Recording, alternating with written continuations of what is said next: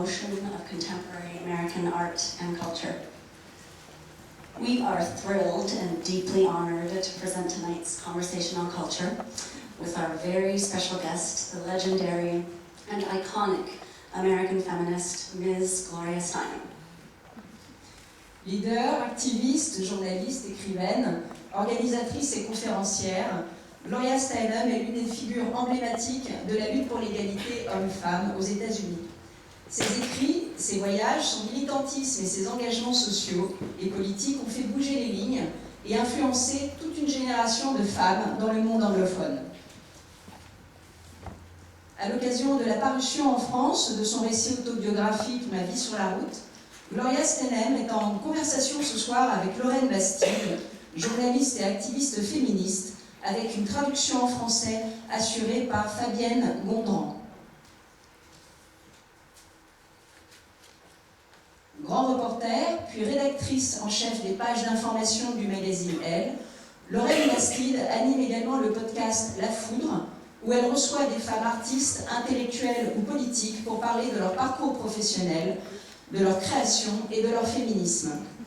Depuis 2017, Lorraine Bastide anime l'émission hebdomadaire Les Savantes sur France Inter et elle est également porte-parole du collectif Prenons la Une, se battant pour une meilleure représentation des femmes dans les différents médias. Avant de laisser la place à nos invités ce soir, toute l'équipe du Centre tient à remercier nos partenaires et soutiens, HarperCollins France pour l'organisation de l'événement de ce soir, la librairie Shakespeare et compagnie, le FICEP, notre mécène Groupe Novelty, nos partenaires MoMA Group et les Champagne Deutz, nos partenaires médias Anou Paris, Télérama et Art in the City, et nos donateurs et membres du Cercle. Enfin, dernier point, n'oubliez pas que le Mona Bismarck American Center est également présent sur les plateformes numériques Facebook, Twitter et Instagram. N'hésitez pas à réagir en direct et nous partagerons vos plus belles publications. Following the conversation on culture this evening, there will be time for questions and answers with our guests. And please join us afterwards for a light cocktail reception in the bar and in the Salon Chinois, which is the room just next to us. And both the English and French editions of My Life on the Road will be available for purchase with Shakespeare & Company during the cocktail. Finally, as we continue to honor our mission of fostering and engaging an engaging dialogue through American and French cultural exchange, we believe that now, more than ever, the role of artists, cultural thinkers, and creative leaders is crucial in contributing to the development of new forms and paths of expression in order for diversity to continue to thrive. Enjoy your evening, thank you for coming, and please welcome Gloria Steinem.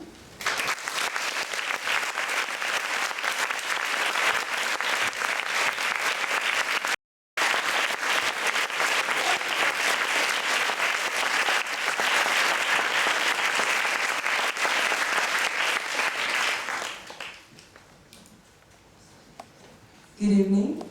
Bonsoir, bonsoir à toutes et à tous.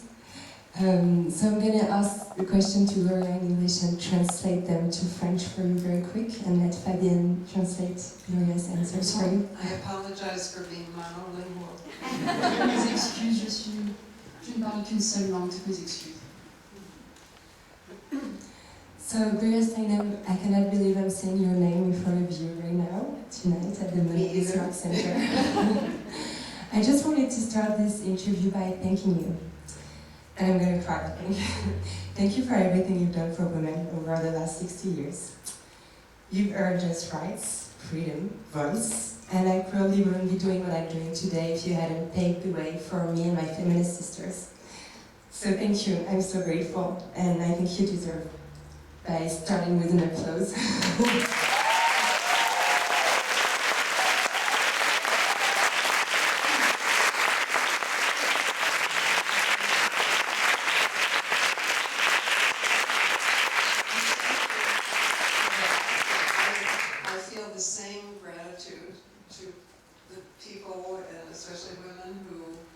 Make me know I was not crazy, the system is crazy. and I thank you all for taking time out of your busy lives to come and be in this space. And I hope that we each leave here with some new ideas, some new outrageous act of, we're going to do something that and me too, I will leave here with something new. So thank you for being here. Merci, je partage cette gratitude. Moi aussi, je suis reconnaissante envers les gens, et notamment les femmes qui m'ont permis de me rendre compte que je n'étais pas folle, que c'était le système qui était fou. Merci à vous d'être ici ce soir, d'avoir pris du temps sur votre emploi du temps bien chargé pour partager cet espace de parole ce soir. J'espère que nous allons tous et toutes en repartir avec de nouvelles idées, de nouvelles actions scandaleuses. En tout cas, moi, j'en ai la ferme intention. So your book, My Life on the Road, has just been translated to French. It's a book about traveling, about meeting people, and about listening. But I think it's also a book about writing and sharing your experience with the world. So I was wondering how important is writing to you, Gloria Steinem? Donc je demande à Gloria, son livre parle de voyage, mais pour moi c'est aussi un livre qui parle d'écriture. Et je lui demande pourquoi c'est important d'écrire pour elle. I think writing is the only thing that when I'm doing it, I don't think I should be doing something else. Right? And perhaps that's the test of métier, of what is closest to our hearts. But I have to say I've learned from this kind of lecturing, or being together, that even the printed page, as much as I love it, is not as important as this. And especially now when we spend so much time looking at screens instead of at each other. Pour moi, écrire est la seule chose pendant le moment pendant lequel je le fais, où je ne suis pas en train de me dire que je devrais être en train de faire autre chose. Et donc c'est le test ultime qui permet de voir quand un métier vous tient à cœur.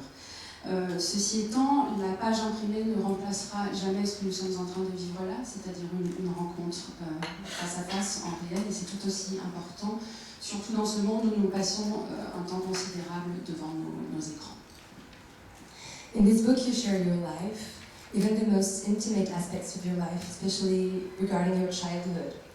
It's fascinating because you say it took you a while to realize that your life had been in a way designed by your childhood, that you became a traveler because your dad was a wanderer, that you lived your life at the fullest because your mom couldn't. Why do you think it took you so long to come up with this realization? Donc dans ce livre, elle parle beaucoup de son enfance et elle dit qu'elle a réalisé très tard que si elle voyageait autant, c'est parce que son père voyageait beaucoup, que si elle a vécu autant, c'est que sa mère n'a pas pu le faire. Et je lui demande pourquoi ça a pris autant de temps de comprendre ce qu'elle devait à son enfance et à ses parents. I think when we're not living the life that society tells us to live, that is, I was not getting married, having children, I kept thinking I would do that, just not right now, do that in the future. It takes a while to realize that this is your life. This isn't something temporary before you do what you're supposed to do. So that, realizing the degree to which I had learned what was possible from my parents took me longer. They were not conventional either. Quand on ne vit pas l'existence que la société nous demande de vivre, dans mon cas, je n'étais pas mariée, je n'avais pas d'enfants et je n'arrêtais pas de me dire que je remettrais ça à plus tard, que c'est quelque chose qui m'arriverait à l'avenir. Quand on ne fait pas ça, il faut un certain temps pour se rendre compte que ce que l'on vit, c'est effectivement sa vie. Ce n'est pas un état temporaire ou transitoire, avant de passer aux choses sérieuses. Et mes parents, effectivement, comme vous le disiez, n'étaient pas du tout conventionnels. You're right, feminism takes its roots into women's everyday life, which is another way of saying that when you're a woman, personal is political, which is a very famous feminist slogan. How important is it to tell the world about your personal journey as a woman and as a feminist? Did you have to do it? Donc je demande à Gloria, on dit souvent en féminisme que le personnel est politique. Est-ce qu'elle était obligée en tant que féministe de raconter sa propre vie? Yes, I had to do it, and I think each one of us needs to do it. We speak our truth, perhaps thinking that we're alone, And then we hear other people saying, oh, you know, I feel that too. It's the way we learn from each other. We haven't been sitting around campfires telling our stories for hundreds of thousands of years for nothing. It is the way we learn and the way we empathize with each other. Vous avez raison, c'est un cheminement que j'ai dû faire et que chacune doit faire. Lorsque nous disons, exprimons notre vérité, nous pensons être seuls et puis nous nous rendons compte que les autres autour de nous ressentent la même chose. Et c'est ce qui nous permet de comprendre et d'apprendre. Après tout, ça fait des centaines de milliers d'années que nous sommes assises autour du feu à nous transmettre des histoires et notre expérience. Et c'est comme ça que nous avançons.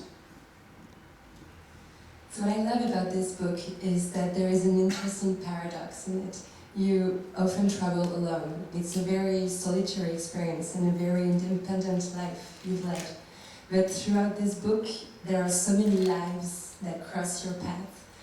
You give us glimpses of the journeys of so many other people, Indian activists, taxi drivers, air hostesses, students at universities.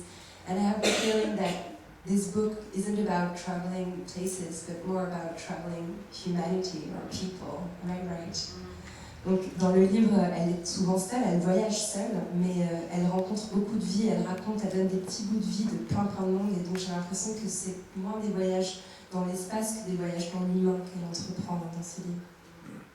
Yes, because if you are traveling with even one other person, you form a unit, and other people are less likely to come to you to speak.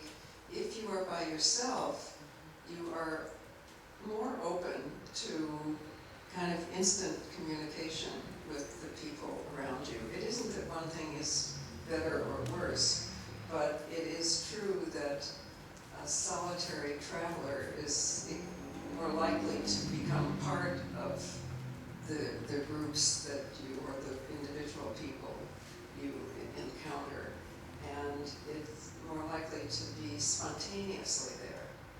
And how do you remember all these anecdotes about the taxi Well, drivers? actually, I had to supplement my memory by going back to people and saying, do you remember the time? Il est vrai que quand on voyage avec une autre personne, on forme une unité. Et que les autres ont moins tendance à venir vous parler si vous êtes avec quelqu'un. Alors que si vous êtes seul, vous êtes plus ouverte à la rencontre et à une forme de communication spontanée. Non pas qu'une forme ou l'autre soit mieux ou moins bien, mais c'est vrai que le voyageur ou la voyageuse solitaire fait rapidement partie du groupe et des rencontres spontanées. Pour ce qui est des anecdotes dont vous parliez, il a un peu fallu que je me rafraîchisse la mémoire en allant interroger une ou deux personnes quand même. So there is something you call the on-the-road state of mind. And it is not only a way of traveling, but also a way of living. Could you describe this state of mind to us? C'est quoi l'état d'esprit on the road? Yeah, it is, I would say an on-the-road state of mind is open. You know, so even if you're not on the road, when we leave our houses in the morning, if we talk to or listen to the people around us, or just see the people around us, in a way you're on the road. It's also possible to be on the road and be closed. I mean, I think, you know, lots of people who are in a job that requires traveling are just, you know, in a kind of traveling booth, you know, that they're concerned with selling or dealing or whatever it is. So they may not be able to be as spontaneous as a traveler would be. Je dirais que c'est un esprit qu'on a sur la route, c'est un esprit d'ouverture que l'on peut avoir en quittant chaque matin son chez-soi pour aller au travail, ne serait-ce qu'en écoutant, qu'en regardant, qu'en parlant aux gens qui nous entourent. Mais on peut toutefois et en même temps être sur la route en étant fermé. Les gens qui voyagent pour affaires sont souvent enfermés dans leurs obligations professionnelles et peut-être bien moins spontanés dans leur approche de l'autre que les gens qui sont sur la route plus librement. I mean, when you get into an elevator and there are just one other person or two other people in the elevator, you kind of know that you're both thinking the same thing about something. The music, whatever it is, but you don't say it.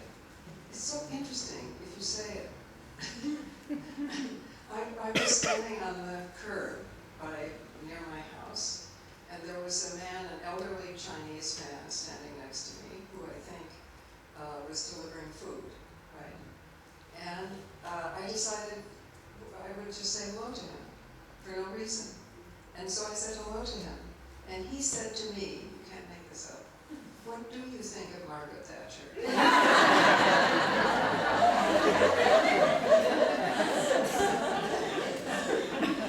Par exemple, on se trouve dans un ascenseur avec une ou deux personnes et on sait qu'on est en train de penser la même chose. Peut-être à propos de la musique qui est en train de passer dans l'ascenseur et on ne va pas le dire.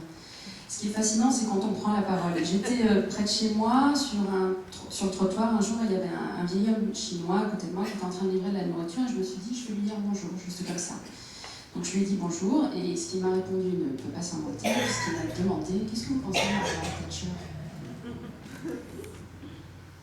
There is also this sentence by feminist Robin Morgan at the beginning of the book.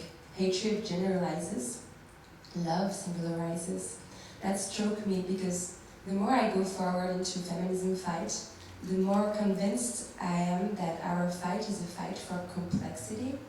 I think women deserve complexity. Do you agree with this? I'm sorry. Donc il y a cette phrase au début du livre de la féministe américaine Robin Morgan qui dit « La haine généralise, l'amour singularise ». Et moi, ça me fait penser à la complexité que je pense essentielle au combat féministe. Yes, we are complex, and I think that quote of Robin Morgan's is brilliant, right? Hate generalizes, love specifies. Because we are each a unique combination of heredity and environment that could never have happened before and will never happen again at the same time that we share our humanity. Hate does come from putting people into groups and characterizing a group and losing the individuality. En effet, nous sommes complexes et dans ce sens, cette citation de Morgan est exceptionnelle. Nous sommes chacune des identités spécifiques et uniques qui vont se produire une seule fois. Et nous partageons ensemble en commun une humanité. Et la haine met les gens dans des groupes, scinde les gens dans des groupes et les individualise et donc va à l'encontre de cette complexité. It's also for that reason that I cannot stand people talking about the woman or women, not the woman. I think it's terrible, this way of generalizing. Anyway, so I found out in your book that when you started your feminist activism, you were not self-confident. You were even panicked at the idea of speaking publicly. That is something I'm very familiar with, and I think many women are. What helped you overcome that fear? Donc au début de sa carrière, elle était très timide, elle ne pouvait pas parler en public. Donc je vous demande comment elle a surpassé cette peur. No, when I felt I had to speak because there was no other way to get the word out, that there were not enough places that were open to publishing this, news of a different sort. And I went to see a speech teacher. And she said, well, of course, you've been two things in your life, a dancer and a writer. That means you don't want to talk. So I had to overcome it. And mainly I just learned you don't die, which I thought you did.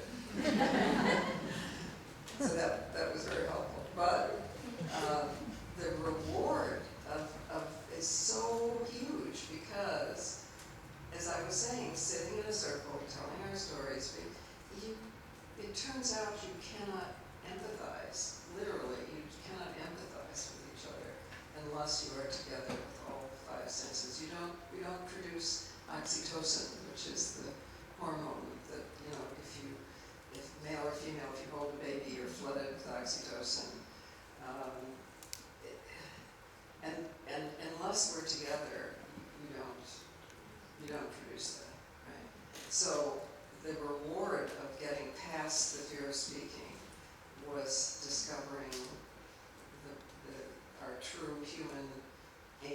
timeless way of communicating, which is like us now, with all five senses. Et j'ai pris la parole parce qu'il fallait que je le fasse et qu'il n'y avait aucun autre moyen de dire ce que j'avais à dire. Les organes de publication ne répondaient pas à l'appel. Donc je suis allée voir une enseignante spécialisée et qui m'a dit « Mais toi, jusqu'ici, tout ce que tu as fait, c'est danser et écrire. C'est clair que tu ne veux pas parler. » Et la première chose que j'ai appris quand je l'ai fait, c'est qu'on n'en meurt pas. Contrairement à ce que je pensais, c'était déjà pas mal, c'était une première étape. Et puis après, je me suis rendu compte que la récompense immense que j'ai eu à surmonter ça, c'est que lorsqu'on se retrouve dans ce fameux cercle de paroles et qu'on raconte et partage nos histoires, on est en empathie parce que c'est le moment où nos 5 sens sont à l'œuvre ensemble. Et que l'on produit cette fameuse hormone que l'on produit lorsqu'on tient un bébé dans ses bras, qui est cette hormone que l'on produit uniquement quand on est humain ensemble. Et donc, surmonter cette peur m'a permis de me rendre compte, cette magnifique manière de communiquer profondément et purement humaine qui remonte à la nuit des temps et qui nous rassemble encore ici ce soir. And I always ask people, you don't have to, but I mean, I always ask people to also, I mean, we're not an audience and speakers, we're a circle here. So I hope you might introduce yourselves to people around you who you don't know, say what you do, what you care about. You might leave here with a new friend, a new job, a new love affair, I mean, who knows? Because we need to break down this boundary too, with you looking at each other's backs and looking at you. Et vous pouvez interroger les gens autour de vous, vous n'êtes pas obligé, mais vous pouvez, pour briser cette séparation entre ici et vous. Vous pouvez vous présenter aux gens autour de vous, leur demander ce qu'ils font. Peut-être partirez-vous d'ici avec un nouveau boulot, un nouvel ami, une nouvelle histoire d'amour. Et en tout cas, je vous invite à briser ces barrières qui fait que je suis face à vous et que devant vous, il y a uniquement des dos et des nuques. So you started as a journalist, you worked as a freelance writer, but then you realized that you were not able to talk about the women issues you wanted to address in the mainstream media. So you decided to create your own medium, and that's another thing I'm familiar with. Are we condemned to create our own spaces to reach a real freedom of speech as women and as feminists? Not completely. I think it's a balance, you know. I think we need to create our own spaces in order to prove that we are news, you know, that people will want to read and want to see, in order to use new language, to express things that are not expressed. But at a certain point, the balance begins to shift, and the big conventional media see that they're missing something. We become news. Now, 25 or 30 years ago, the term sexual harassment was invented in English.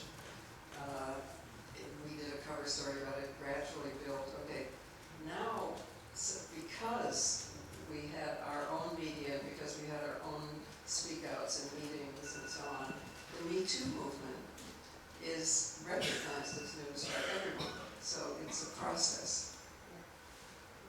Je pense que c'est un équilibre. Il faut effectivement créer notre propre espace de parole pour prouver que nous faisons partie de l'information et de ce qui doit se dire. Et nous devons inventer une nouvelle langue pour exprimer les choses qui jusqu'ici ne l'ont pas été. Et puis je pense aussi qu'il y a un moment où cet équilibre, où la balance penche aussi, parce que les grands organes conventionnels de presse se rendent bien compte qu'ils passent à côté des choses. Et je vous prends l'exemple du terme de l'expression harcèlement sexuel, qui n'existait pas il y a 25 ans et que nous avons donc mis en avant grâce à notre média, effectivement. Et donc cette prise de parole à cette époque amène aujourd'hui le mouvement MeToo et tout ce qui va avec. So here we are talking about verb, about expressing our opinions, our experiences. And that is what you've done most of your life, creating safe spaces where people, especially people who suffer from systemic domination, can talk without being interrupted, without fear, with trust. That's the magic of the group. And you discovered this magic at a very young age when you went to India, in the district of Ramanathapuram, after you graduated. Can you tell us what happened there? Donc je lui demande de raconter un épisode quand elle est allée en Inde, toute jeune, à 20 ans. Elle a découvert la magie du groupe en Inde. It was there that I realized or experienced talking circles, because that is the form in villages, of course. I mean, that is our original form of communication. But it still took me a really long time to translate that into my own world, because I thought, well, that's India, you know, this is village India, of course, they're sitting in a... It took me even longer, and only with the aid of the women's movement, to realize that it's universal. C'est en Inde que j'ai fait l'expérience de ces cercles de parole dont je vous parlais, donc ces formes qui ont lieu dans les villages et qui sont la forme de communication ancestrale. Et j'ai mis très longtemps à traduire ça dans mon propre monde, partant du principe que ça se passait en Inde dans les villages et que c'était autre chose. Et c'est le soutien des mouvements de femmes qui m'ont permis de me rendre compte que cela pouvait être intégré dans mon expérience. And there is a passage that made me laugh and cry at the same time. We thought Gandhi had inspired women's circles, but actually it's the opposite. On a toujours cru que c'était Gandhi qui avait inspiré les cercles de femmes, mais en fait c'est l'inverse. Yes, with a friend named Devaki Jain, a brilliant woman who I just saw at the UN 2 days ago. Anyway, we decided that we were going to write about Gandhian methods of change, because they were they were nonviolent and well suited to the women's movement around the world. And so we were doing research and writing a pamphlet and carrying on, and we went to see a woman named Kamala Devi Chattopadhyay, maybe some of you, amazing, wonderful, amazing world figure, right? Because she had known Gandhi and worked with Gandhi. And she listened to us very patiently, sitting on her veranda, rocking. And when we were finished, she said, well, of course, my dear, we taught him everything he knew. and it's true that the methods of nonviolence and mass demonstrations and personal, had been the ways that the women's movement was protesting child marriage and sati and all the things that they were protesting, and that's where Gandhi learned it. So there's such a lesson there, that even the things that were originally ours, we don't recognize as ours. They aren't attributed to us. They're universally human, but it was such a lesson to me. Right? Effectivement, j'ai eu une amie qui travaillait à l'ONU et on s'était dit qu'on allait écrire à l'époque un livre sur les méthodes de changement adoptées par Gandhi, c'est-à-dire des mouvements non violents qui nous semblaient appropriés au mouvement des femmes. Et donc on a entrepris nos petites recherches. Et on s'est trouvé un jour face à face avec une femme qui avait connu Gandhi, qui avait travaillé avec lui. Donc elle nous a écoutés, lui parlé de nos recherches. Elle était sur sa véranda en train de se balancer sur sa chaise. Et puis au bout d'un moment, elle nous a regardé et lui a dit « Mais évidemment, c'est nous qui lui avons tout appris. » Disant par là que c'était les femmes qui avaient montré et appris à Gandhi tous ces mouvements de non-violence, notamment lors des manifestations contre le mariage des enfants en Inde. Et ça a été une très très grande leçon pour moi, parce que je me suis rendu compte que même ce qui à l'origine nous appartenait, nous n'arrivions pas à le reconnaître en tant que tel. Quand bien même c'est universel, effectivement, ce qui à l'origine nous appartenait, on n'arrivait pas à le saisir. You've always managed to link your fight for gender justice with the fight for racial justice. You've always worked with Black feminist activists such as Eleanor Holmes Norton, Dorothy Goodman Hughes, or your friend Alice Walker. And also during the 1977 Women's National Conference in Houston, it's a very strong moment. It's a very strong moment in the book. You're in charge of writing down the specific demands from the group of Black women who have come here to participate to the conference. The thing you've always done moves me because that's the only thing I could think of doing to live a feminist life. It's passing the microphone to more women, and especially women with less privilege than me. Is it how you see it? It's an interesting question of privilege, isn't it? Because in the United States, white women have the privilege of being dependent. Is this a privilege? I don't think so. But if you look at the very unfortunate vote of our last election, and I'm here to apologize publicly Thank you. foisted Donald Trump on the world. All I can say is that it has been very educational for us to see the worst of our country at the highest level. In English, we say we are woke. What the equivalent. But wait a minute, I lost track of where. About being a white woman and Oh yes, yeah. no, you cannot perpetuate racism without sexism because you have to control reproduction in order to keep two races separate or to keep castes in India separate. So they are completely intertwined, and there is no way that we can fight against racism and sexism separately. It just doesn't work. But it's also true that, it's also true that in my country, Black women have been disproportionately influential and part of the women's movement, more than white women. But because of the imagery, we think that the women's movement is white, the civil rights movement is black. And that keeps us from the solutions to the problem. La question du privilège est intéressante. Aux États-Unis, les femmes blanches ont le privilège d'être dépendantes. Est-ce que c'est un privilège? Je ne sais pas. J'en profite pour vous présenter mes excuses publiques pour notre président des États-Unis. C'est le pire que notre pays ait été capable de produire jusqu'ici dans les plus hautes sphères, comme on dit aux États-Unis. À présent, nous sommes woke, c'est-à-dire qu'on a pris conscience des choses. Pour répondre à votre question sur le racisme et le sexisme, on ne peut pas perpétuer le racisme sans le sexisme. C'est-à-dire qu'on perpétue le sexisme et le racisme en contrôlant la reproduction, ce qui permet de séparer les races ou de séparer les castes, comme en Inde. Les deux, racisme et sexisme, sont complètement entremêlés et il s'agit de les combattre ensemble.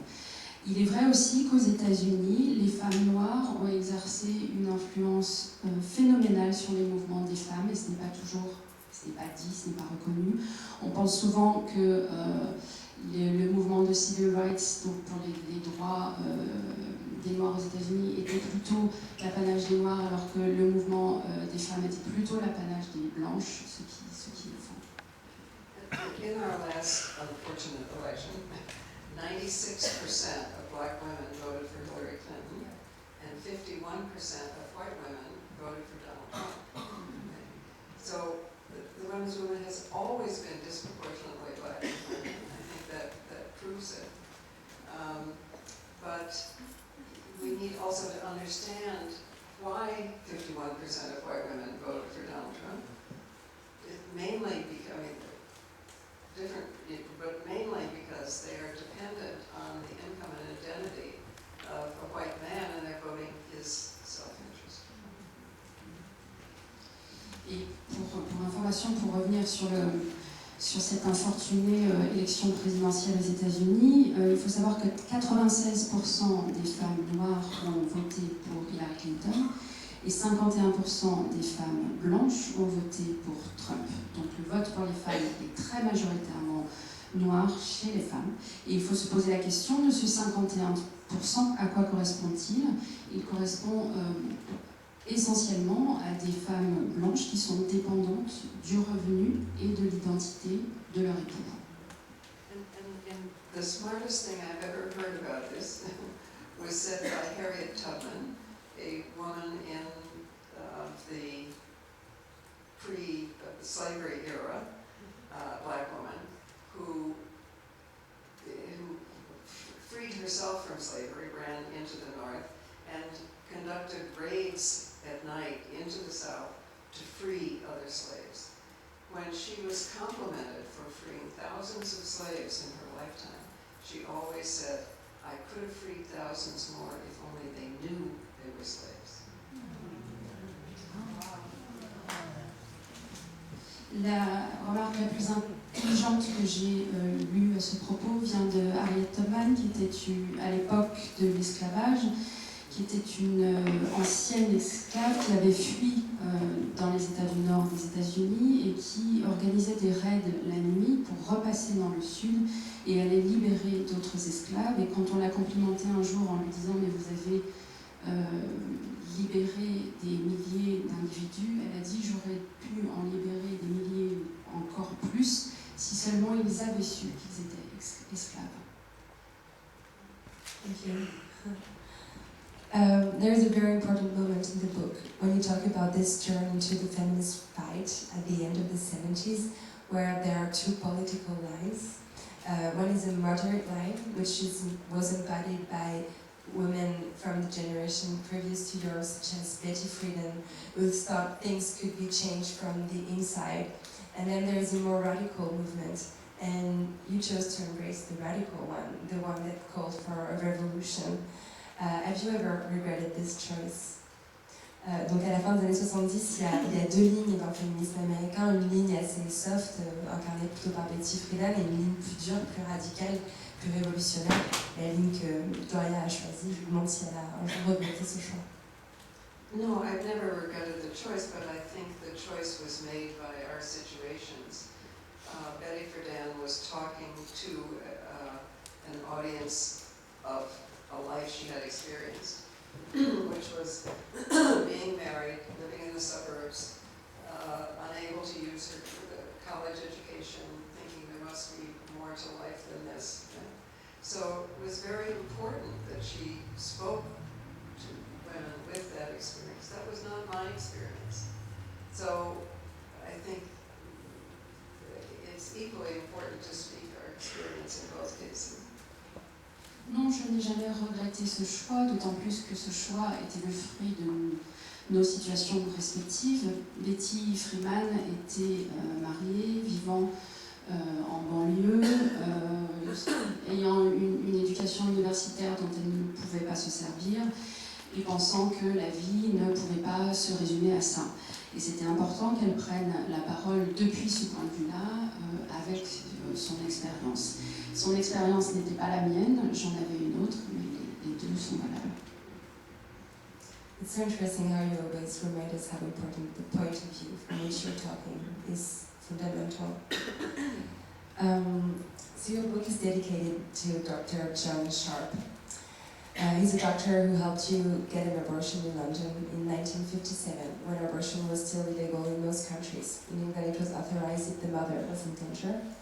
You were 22, and he took great risks for you. He made you promise you would live the life you wanted to live, and you did. It's very moving. You celebrate his courage almost 50 years after. Abortion is still a very fragile right. In the US, it could be overturned any minute by the Supreme Court.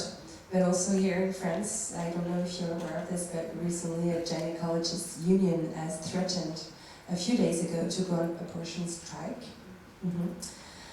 So what can we do to protect this right and make sure our granddaughters can also live the life they want to live? Comment protéger le droit à l'avortement, basically. Well, telling the truth helps, because I don't know the statistics here, but in my country, even when it was illegal, 1 in 3 women had needed an abortion at some time in her life.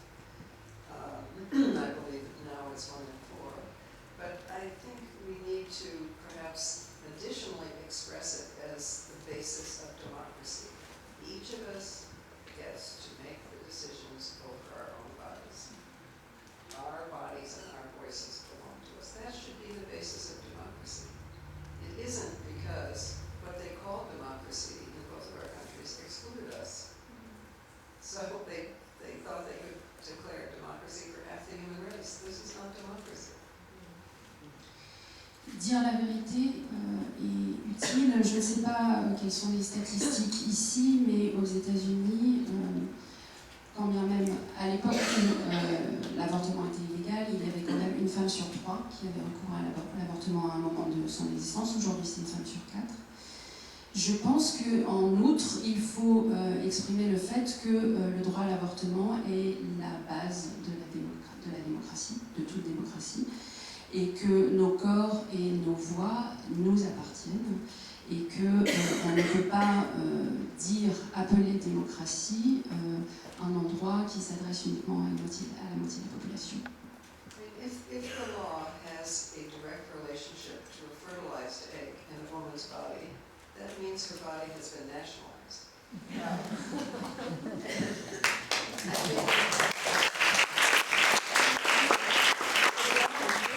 Declare a direct relationship between the law and sperm, otherwise they would outlaw masturbation.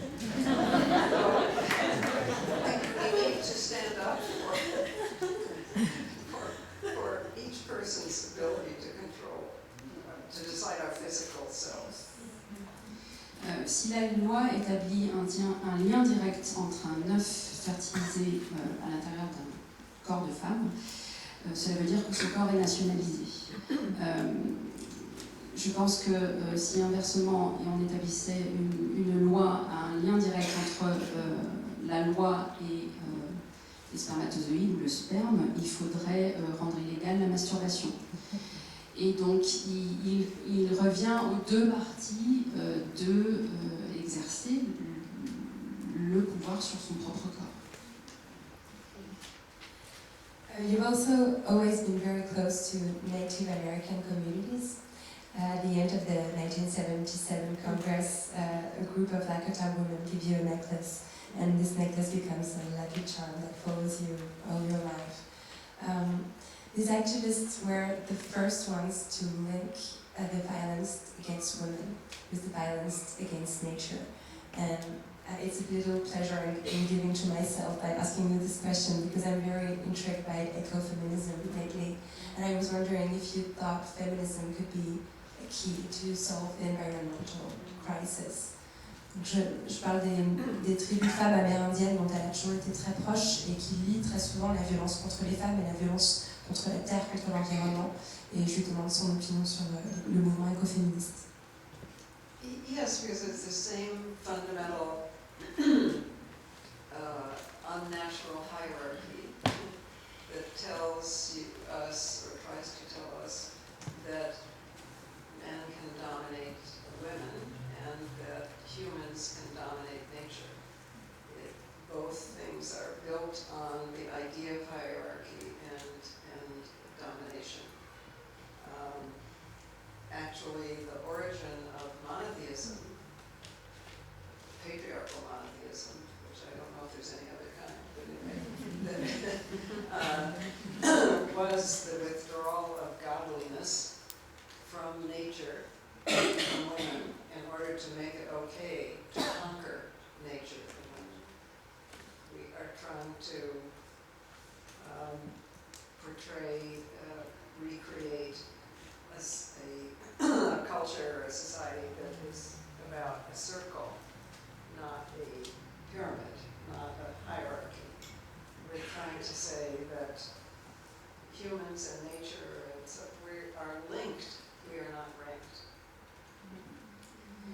Je pense que cela procède de la même hiérarchie fondamentale, artificielle, hors nature, c'est-à-dire que l'homme domine la femme et l'humain domine la nature, et c'est ainsi que s'assied la hiérarchie, la domination. Le monothéisme patriarcal, je ne sais pas d'ailleurs s'il existe une autre forme de monothéisme, mais le monothéisme patriarcal, ce qu'il a fait, c'est qu'il a enlevé le divin de la nature, il a enlevé le divin des femmes pour pouvoir justifier le fait de conquérir et la nature et les femmes. Et aujourd'hui, nous essayons de créer une culture, une société qui soit donc dans cette forme de cercle au lieu d'être dans la forme pyramidale de la hiérarchie. I don't know enough to know what the pre-patriarchal societies were here. Basques, I think, no? Parisi, and they worship Mother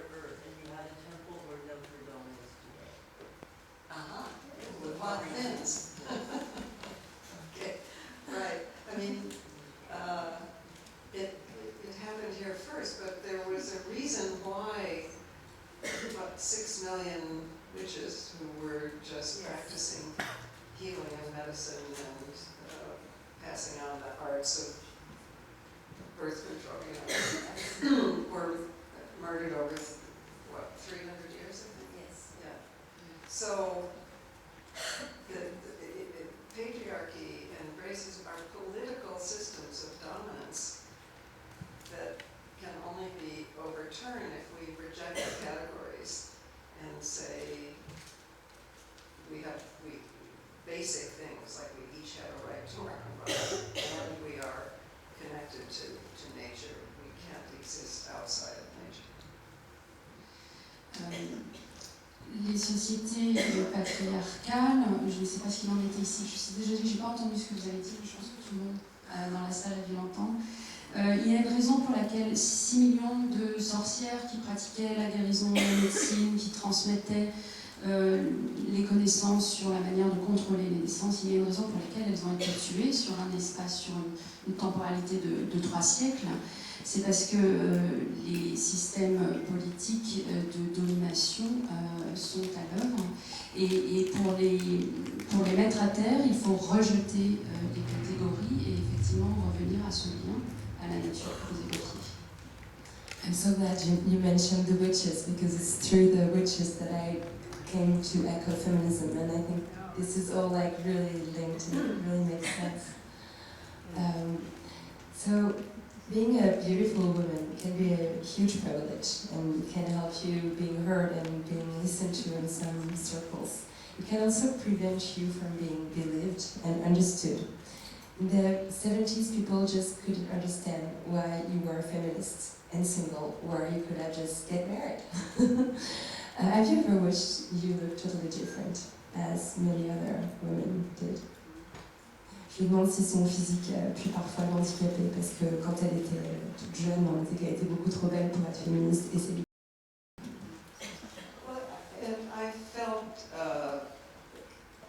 conflicted about it because I realized that the press was more likely to photograph me than another woman, which is not a pleasant thing to realize that it's not what you're saying. So, and I didn't quite know what to do with it. But then there was one woman in the audience who really helped me because she stood up, kind of old woman, and she stood up and said, honey, it's really important that someone who could play the game and win say that the game isn't worth shit. So I said, thank you, you're old. À vrai dire, je me sentais tiraillée et la presse avait plutôt tendance à avoir envie de me prendre en photo que de m'écouter parler. Je ne savais pas quoi faire. Et puis un jour, une femme dans le public s'est levée et m'a dit « Ma chérie, c'est important que quelqu'un ait le courage d'y aller et de vos turbans et de jouer le jeu, sachant que ce jeu, c'est vraiment une connerie, il faut. » Things are moving really strong lately since the Women's March and the Me Too movement and the launching of so many feminist platforms for the last 3 years. Do you have the feeling the revolution is near? Well, a revolution is really not exactly what we're doing. It's more like an evolution. Because revolution, revolution connotes violence. And though Marx and Engels were very nice guys, they made one big mistake, which was to say that the ends justify the means, when in fact the means we use affect the ends we get, right? So we have no intention of being violent except in self-defense maybe, and it is more like an evolution. And I think that's a better imagery too, because what's happening is that views that were held by a small group of people 40 years ago or 30 years ago or whatever are now majority views in Europe, in my country. And that's a big victory. However, it also means that the people who are losing, who have a hierarchical view of the world, are in backlash. And that's true of a third of my country. It's who feel they've been deprived of their place in a hierarchy. Je ne parlerai pas de révolution, mais plutôt d'évolution. Parce que bon, Marx et Engels avaient l'air d'être des types sympas, mais quand ils disaient que la fin justifiait les moyens, je pense que c'est plutôt le moyen qui avait un impact qui affectait la fin que l'on se donnait comme objectif. Et puis ce n'est pas un mouvement violent, sauf s'il s'agit à un moment de passer à l'autodéfense. Donc je parlerai plutôt d'évolution, d'autant plus que ça dans la perche a une imagerie qui est plus efficace. Il y a 40 ans, il y avait un petit groupe de personnes qui avaient une certaine vision des choses, et aujourd'hui c'est une vision qui est majoritaire, que tout le monde a adoptée. L'envers de ce décor, c'est que les personnes qui ont perdu du terrain, donc qui ont perdu cette vision de la hiérarchie, sont en train de vivre un véritable retour de bâton, et ça correspond au un tiers de la population qui dans mon pays a élu Trump, parce qu'elle a le sentiment qu'on lui a volé, enlevé quelque chose. Yeah. My next question was about backlash, so you anticipated it. But when you saw the Me Too movement arrive, did you have the feeling we were going through another moment that's comparable to the one you lived, for example, in 1977 with this Women's Congress? Is it like a peak, or from your point of view, is it just like a straight-on like evolution? Well, it was a similar recognition, but on different ground, you know, by much more public, much more reported on, majority. You know, I mean, it took 30 years between the time the word sexual harassment was invented and the Me Too movement, but now it is a majority movement, and even non-feminist publications report on it. Il a fallu du temps, c'est-à-dire que 30 ans, c'est ce que je disais tout à l'heure, 30 ans se sont passés entre la notion de harcèlement sexuel et puis on arrive aujourd'hui au mouvement MeToo. Je pense qu'il y avait la même reconnaissance mais qu'il n'y avait pas la même couverture médiatique à l'époque. Par rapport à 1977, le congrès dont vous parlez. Yeah, and it's fascinating when you say you're at the end of the Congress, the news coverage is about the visit of the Israeli minister and not about the Congress, which... I launched my own feminist media. I took part in many demonstrations and countless arguments online and offline. I cry every day when I read about the lives of women in other parts of the world, but also here in France, where 31 women have been killed since the beginning of the year by their husbands or ex-husbands.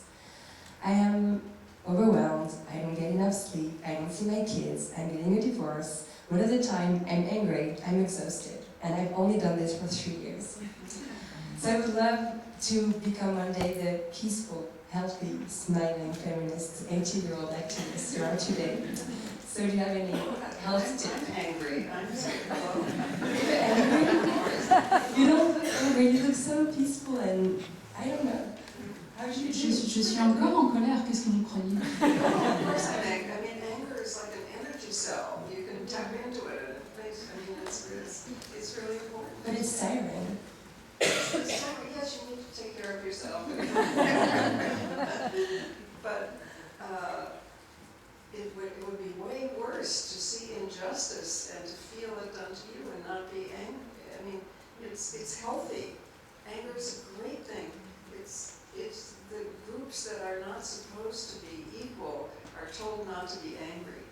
You know, I mean, in my country, angry black men or an angry woman is terrible. An angry CEO of some corporation is fine, you know. So we need to reclaim our anger. La colère est une source d'énergie inépuisable. En revanche, effectivement, il faut prendre soin de vous. Mais ça serait bien pire de voir toutes ces injustices et de les encaisser sans ressentir de la colère. La colère est formidable. On dit toujours aux groupes minoritaires qui n'ont pas les mêmes droits que les autres, qui n'ont pas le droit d'être en colère. On parle des hommes noirs en colère, on parle des femmes en colère et ça n'est pas bien. En revanche, un PDG de boîte qui pique une colère, ça c'est normal. Donc il faut reprendre la colère à notre compte. Yeah, let me just ask you, I mean, part of the reason women don't want to get angry I mean, we just, we don't get angry until it just bursts forth, right? Is we cry when we get angry. Do any women here have this problem with crying? Okay. And that keeps us from getting angry. And I met a woman, a high executive, who had this problem, and she solved it in the following way, because she worked mostly with men and so on. So she got angry, she cried, and she talked through it. She said, "You may think I am sad. No, this is the way I get angry. I am angry." I haven't been able to try this yet, but I recommend it. Je crois que les femmes ne veulent pas céder à la colère parce qu'elles retiennent la colère, elles la retiennent et puis elles craquent, elles se mettent à pleurer. Je pense que nous sommes beaucoup dans ce cas et on ne veut pas se mettre en colère parce qu'on n'a pas envie de pleurer. Et j'ai rencontré un jour une femme qui était haut placée dans sa hiérarchie à son travail, qui travaillait beaucoup avec des hommes et qui avait trouvé la solution, c'est-à-dire qu'elle se mettait en colère, elle pleurait. Et puis elle parlait, elle déroulait ce qu'elle avait à dire en disant non, je ne suis pas triste, je suis en colère et la colère ça ressemble à ça. Personnellement je n'ai pas essayé mais je vous invite éventuellement à le faire de votre côté. Also, I think in many cases, depression is anger turned inward. And it's part of the reason the rates of depression are way higher in general than for men. Et il me semble aussi que dans bien des cas, la dépression est une colère retournée contre soi-même, ce qui expliquerait que les taux de dépression sont beaucoup plus importants chez les femmes que chez les hommes. So maybe if I could sum up your tip for my mental health is expressing, right? Crying, talking, Yes. and yeah. Thank you. Donc s'exprimer, parler, pleurer pour sauver notre santé mentale. I read this sentence yesterday. It is by Georges Sand, feminist French writer from the 19th century. It says, "The mind searches, but it's the heart that finds." And I thought you could have written this sentence. It's very you, right? Une Yes, phrase it's lovely. Une phrase de Georges Sand que j'ai lue hier qui dit « L'esprit cherche, mais c'est le cœur qui trouve ». Because somehow the heart symbolizes our wholeness in a way that the brain does not. Perhaps because our brain is dependent on the heart. Parce que certainement parce que le cœur symbolise toute notre unité, alors que l'esprit et le cœur sont liés, mais c'est le cœur qui chapeaute le tout. I think this sentence made me think of you after reading this book, because if I had the feeling you had gotten rid of your anger, is that there is so much, I don't know, there is a real calm and a real point in your journey. We can feel that it's not something that you have intellectualized. It's something that comes from the bottom of your guts, from the very beginning. I don't know. Yeah, no, it's so important. I mean, our instinct is like a computer compared to adding things up with a pencil and paper, you know. It's so important to trust that. You know, the best parable I can think of is that if it walks like a duck and quacks like a duck and looks like a duck and you think it's a pig, it's a pig.